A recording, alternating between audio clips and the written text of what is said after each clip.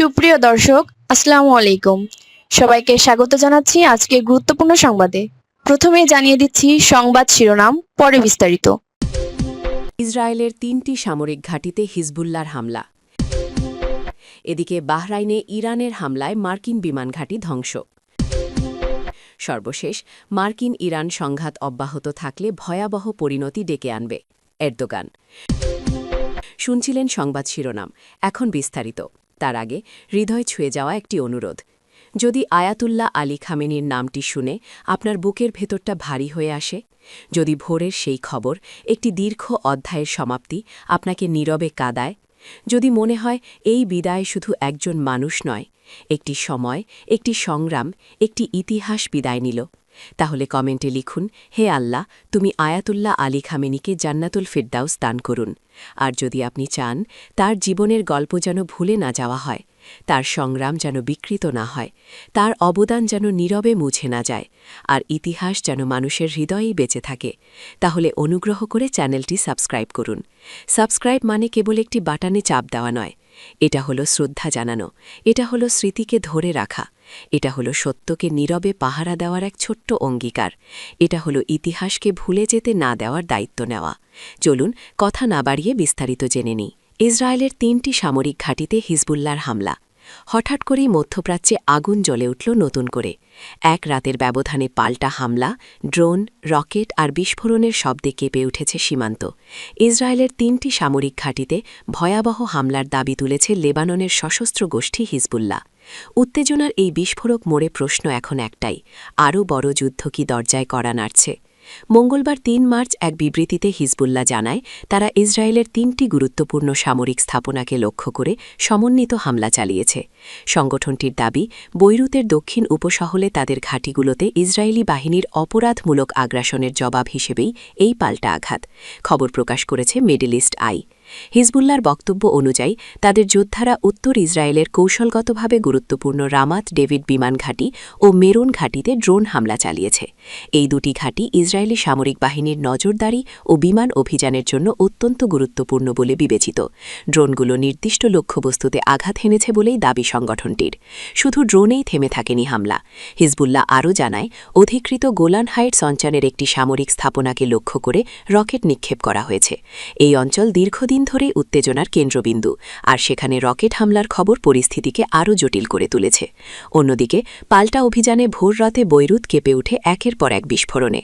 বাংলাদেশ সময় মঙ্গলবার ভোর ৫:৩০টার দিকে ইসরায়েলি বাহিনী বৈরুতের বিভিন্ন স্থানে সিরিজ হামলা চালায়। বিশেষ করে দক্ষিণ উপশহর, যা হিজবুল্লাহর শক্তি ঘাঁটি হিসেবে পরিচিত, সেখানে ব্যাপক ধ্বংসযজ্ঞের খবর পাওয়া গেছে। লেবাননের সরকারি তথ্য বলছে, মাত্র একদিনে ইসরায়েলি হামলায় নিহত হয়েছেন অন্তত ৫২ জন, আহতের সংখ্যা ১৫০ শতাধিক।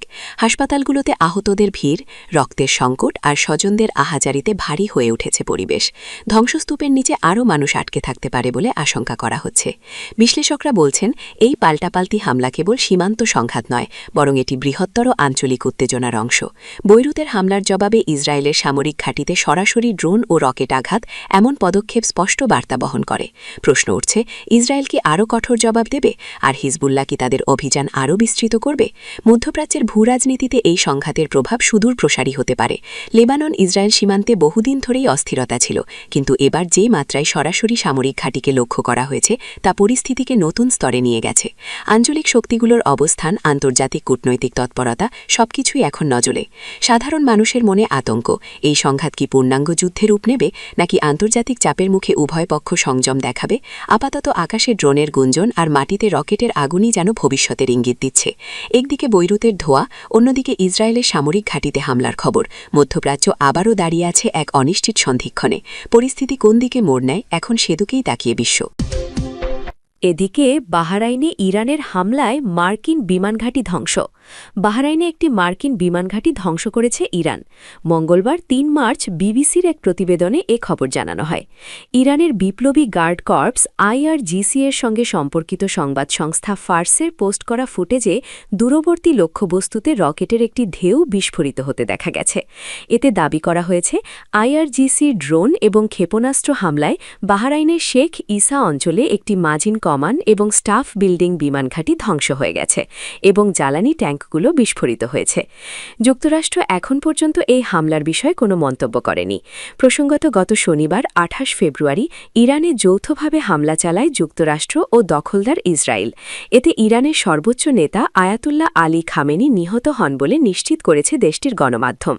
এরপর থেকে তেহরান পাল্টা হামলা হিসেবে সৌদি আরবে যুক্তরাষ্ট্রের অবকাঠামো ও ঘাঁটি লক্ষ্য করে হামলা চালাচ্ছে। সর্বশেষ, মার্কিন ইরান সংঘাত অব্যাহত থাকলে ভয়াবহ পরিণতি ডেকে আনবে এরদোগান।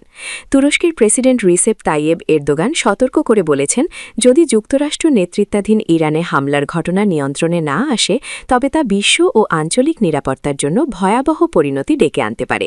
তিনি উল্লেখ করেন, তুরস্ক দেশ ও নাগরিকদের রক্ষা করতে সব ব্যবস্থা নিচ্ছে। রাজধানী আঙ্কারায় আয়োজিত একটি ইফতার মাহফিলে সোমবার তিনি বললেন, যদি প্রয়োজনীয় পদক্ষেপ নেওয়া না হয় চলমান সংঘর্ষগুলো আঞ্চলিক ও বৈশ্বিক নিরাপত্তার জন্য গুরুতর প্রভাব ফেলবে। প্রেসিডেন্ট এরদোগান আরও বলেন, তুরস্ক শান্তির পক্ষে অটল রয়েছে। দ্রুত রক্তপাত ও কষ্টের অবসান ঘটুক এবং অঞ্চলটি দীর্ঘমেয়াদী স্থিতিশীলতা অর্জন করুক। তিনি জানান, তুরস্ক সরকার প্রতিটি পর্যায়ে কূটনৈতিক সংযোগ বাড়াবে যতক্ষণ না যুদ্ধবিরতি প্রতিষ্ঠিত হয় এবং পরিস্থিতি শান্ত হয়।